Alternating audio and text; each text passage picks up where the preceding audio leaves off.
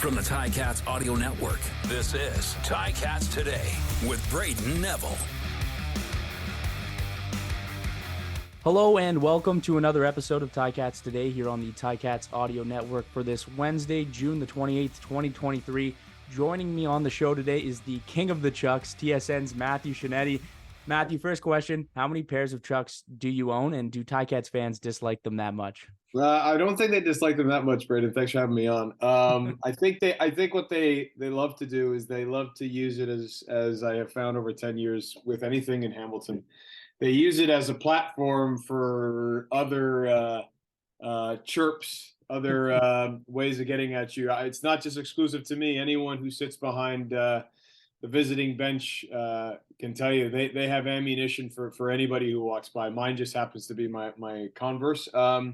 They have been downscaled over the last 3 years, where once it was 75 pairs. Now it's just a nice, simple 25, if you can call 25 pairs Simple. But no, it's I'm very lucky that people, whether it's a little chirp or not, have taken to my shoes over the last 10 years. Well, honestly, I think you rock them pretty well. So I want to dive into the team a bit here. 0-3 to start the season, not the start anyone's probably expected in Hamilton. What have your early impressions of the team been so far? This might be one of, I won't say challenging, because Orlando Steinauer has seen everything in this league, and has been a successful coach in the NCAA. But I imagine he will spend this bye week knowing how intentional he is with his messaging, knowing how much the process of coaching matters to him. He will be around those coaches, Mark Washington, Jeff Reinbold, Tommy Condell, maybe even Scott Milanovic in his advisory role with the team, and trying to come up with a plan along with maybe some of the leaders on this team to coach players up better. There's a lot of talent on this team. Certainly has been a ton of turnover, but they are not where they want to be, to say nothing of the injury to Bo Levi Mitchell. So this will certainly take time. But the one thing that sometimes I think, whether it's media, whether it's fans, that we get caught up in is it's 3 weeks in, instant reactions, hot takes, all of that. Let's not forget that had it not been for the Winnipeg Blue Bombers, it would be the Hamilton Ticats who would be, considered the standard franchise, multiple Grey Cup wins over the last 2, 3, 4 years. So Orlando Steinauer is a process, but coming out of the bye is going to be key for them to start building wins. Yeah, you mentioned that injury to Bo Levi Mitchell. Matthew Schultz comes in. What have you seen from him and his relief for Bo? I think that as advertised by Orlando Steinauer, Matthew Schultz knows the offense. He knows Tommy Condell well. He knows the expectations. Certainly, I would imagine when graded out afterwards, some of the short and intermediate throws, he looked great, going deep to Tim White. But, those short and intermediate throws are how you keep drives going and how you allow your defense to rest, taking time to progress the ball down the field. So Matthew Schultz has an understanding of the offense and athleticism. Orlando Steinauer loves his toughness and tenacity. But again, it's the finer details. It's not just Matthew Schultz. It's the receivers and how they're developing. It's not just them. It's the offensive line and protection dealing with the injuries that it's dealt with. It's the defense and making sure that it especially on those second downs and second and longs that it's found itself in, that it's forcing punts. It's everything. I mean, that's the thing that when I've been around Orlando Steinauer for the last 10, 11 years, it's for him, you can't just nail down one thing in football. It's so true. It's never just one person's problem. It's never just one thing. And what I admire about Orlando in this situation is he says he would have expected to create such an atmosphere in the locker room where players hold themselves accountable, where it's not just the leaders, the Simone Lawrences, the Ted Laurents. It'll be a new guy like Jameer Thurman. It'll be Matthew Schultz coming in, even if he's expected the backup. The waiting room has long been an impression under Orlando Steinauer that you're not waiting to take somebody, you're waiting to go ahead and be a leader, to contribute right away. So all of those things, again, Orlando Steinauer is intentional in his messaging, in his coaching, in his process. I'm not hitting the panic button yet. This is the CFL. We typically say that not the season, but things don't really ratchet up until Labor Day. It is still, as I look at my calendar, it's still only June. We still have a lot of time. Yeah. You get into July, knowing how well the Argos at least have played early on, knowing how well Montreal has played early on, and knowing the pace in the West that is being set by the BC Lions and the Winnipeg Blue Bombers, and the way that Saskatchewan played in Calgary last week. The standard is, for some teams, the standard is right there. And I know the Ticats don't want to waste time getting up there. Yeah, no, great breakdown. And absolutely, that BC team, I've watched most of their games, and they're an exciting team to watch. Same with the Argos. So there's tons of talent around the league. I feel like the Ticats, they get things together. They can be right there with them. Bo Levi Mitchell, obviously, you don't go out to get a quarterback for him to be sitting on the bench or to be injured, and that wasn't what anyone ever wanted. How important is it to get him back here healthy? It's important, but there is this element to be said that this time, because no one I think can understand what's going through Bo's mind now. This is one of the great quarterbacks of the last generation. You're talking about, he was among the class of Zach Collaros, Michael Riley, Trevor Harris, and towards the end of the career of Ricky Ray. So this is a guy who always felt like he had to raise his standard, be the guy week in and week out. Two-time MOP, two-time Grey Cup champion, host of All-Star Awards. I mean, Bo was the guy, and he was brought here to be the guy.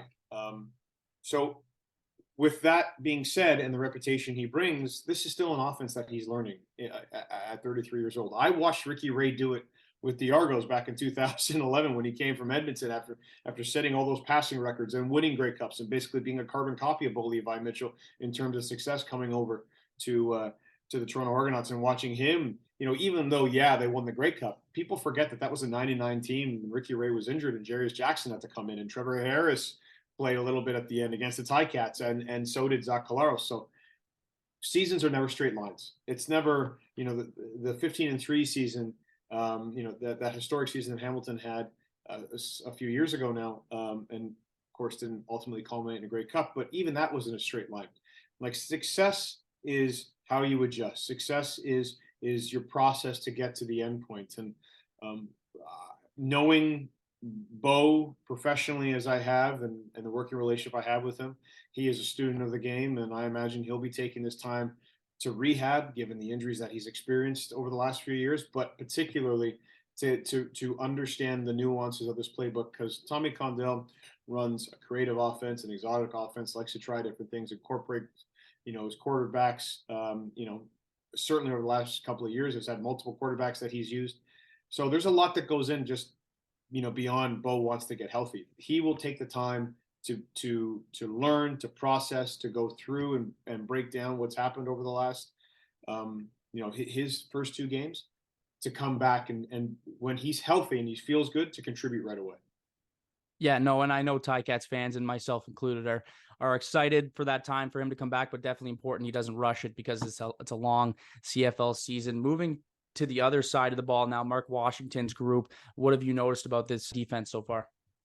The penalties were a problem. Those first few weeks, and I think the as we spoke about in the CFL and TSN panel this past weekend, Chris Edwards shoving Austin Mack at the end of the game is one of those things that, regardless of all the little things you do right, regardless of the little progress you make, irrespective of down and distance, when a moment like that happens, coaches, players, they all kind of sit back and say, okay, let's take a temperature check in the room, because you never want that to happen, especially from a guy like Chris Edwards, who was brought in to be a leader alongside Samoy Lawrence and Jameer Thurman and Casey Sales.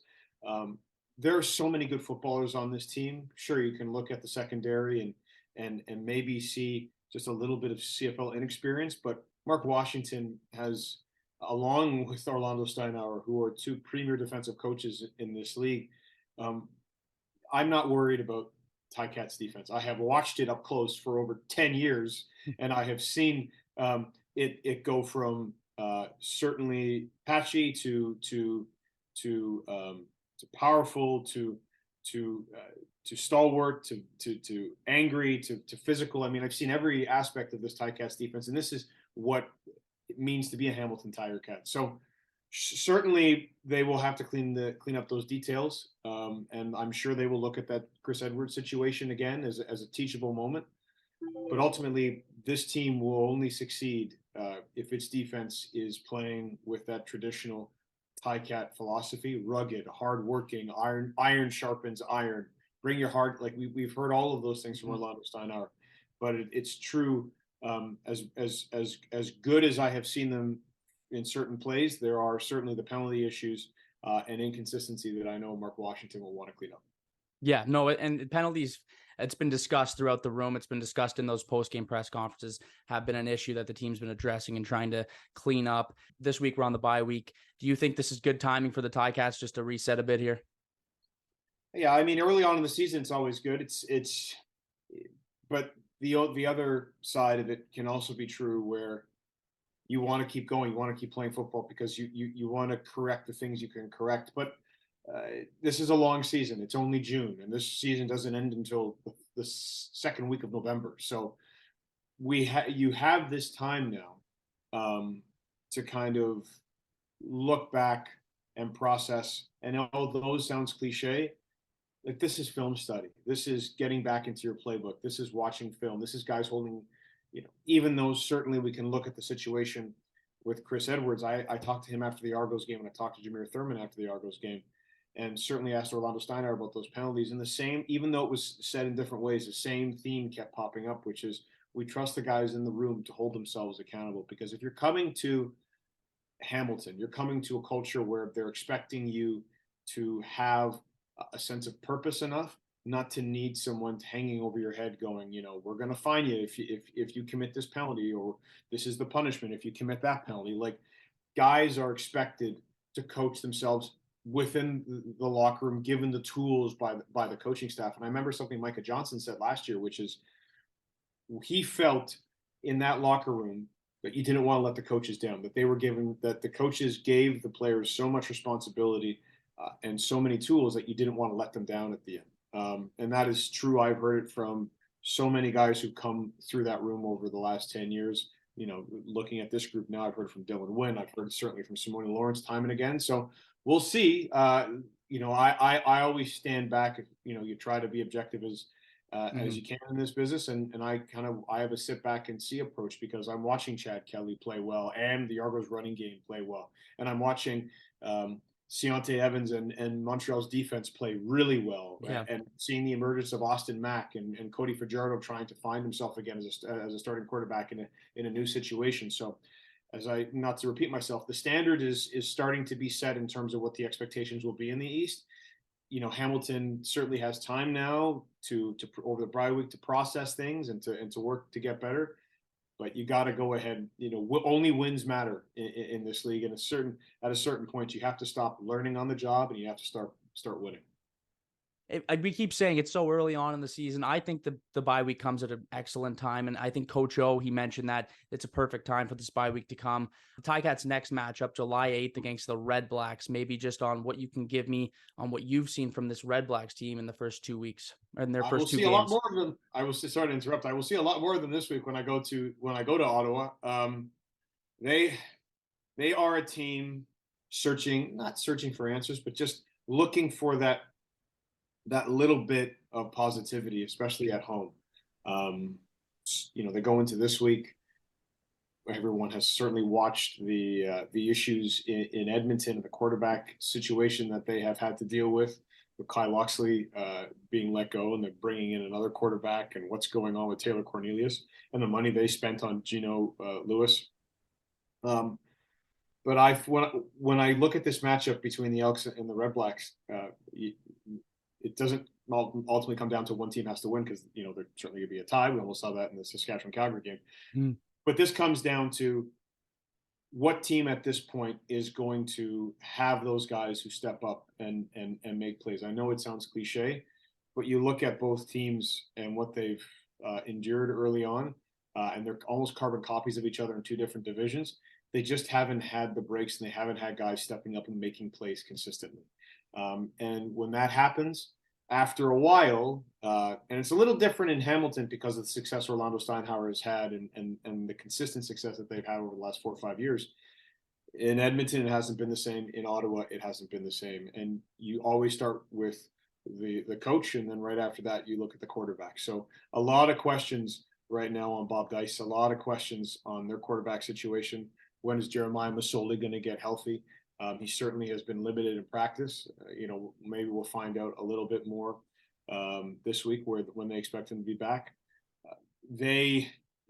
I just find it, I guess disappointing from a neutral perspective, because it was great when the Red Blacks and the Ticats and the Argos were all super competitive, and it wasn't that long ago really that Ottawa was setting the pace in the division. They are far away from that now, and I'm not sure yet if they know where the answers are going to come from. Yeah, it would be interesting to see a potential Masoli return to Hamilton, but I know we're still a week or so away from that, so we'll see about that. Matthew, final question here. Do you think this Ticats team can still turn things around here? Oh, absolutely. I look at the East and I go through every team. Chad Kelly has started well, but he will only this Monday only be getting his third start against the BC Lions team that's very good. So we will see how he plays against the Ryan Phillips defense with John Bowman coaching the defensive line, and the sacks that they had and the impression they left on Winnipeg. I look at Montreal, and certainly Jason Moss has done a great job. They have amazing receivers beyond Austin Mack. Keon Julian Grant has started the season very well, and Scianitti Evans, as I mentioned already, has 3 interceptions. And Armando Sewell seems to be turning back the clock in how that Alouettes defensive line is playing. And certainly Ottawa right now seems to be pulling up the rear with some of the issues that they have and not being able to find consistency. So there are opportunities here, because you rarely, if ever, in this league get a team that goes wire to wire. The Ticats did that, but that rarely happens. They did that a few years ago. They're always, even though Hamilton is affected by a quarterback injury now, that tends to kind of even out as the season goes on. You need to have a backup. You need to have depth at that position, and a lot of teams don't. So what happens if Cody Fajardo gets injured or Chad Kelly gets injured? How does that change the scope of things? But when I look at Hamilton, of all the teams, maybe the Argos aside because of the defending Grey Cup champions, they have consistent coaching. These guys have been together for a long time. There will be no panic in the room. It is not time to hit the panic button. It's not time to say, oh, the season is over. It's not time. It looks bad because this is not how anyone wanted the season to start in Hamilton, and certainly in a year when the city is hosting the Grey Cup again. But there will be no hot takes here. I firmly expect the Ticats will fight their way back into the conversation, because there just is that standard, that whole philosophy that Orlando Steinauer has taken years to build. And it's not just going to fall apart because Bo Levi Mitchell is injured, or the defense has been getting penalties, or they haven't been winning football games. Like it takes a lot more than that to kind of break down the solid foundation that Hamilton has built. Well, Matthew, I appreciate the breakdown. It was great to have you on the show today, and I'm looking forward to seeing you at Tim Hortons Field and hopefully in a fresh new pair of Chucks. Yeah, well, you know what? I will say this. Shout out to Kenzie Lalonde. I mean, she did a great job. I know it was wet in the weather, but I look forward to getting back to Tim Hortons Field pretty soon this season.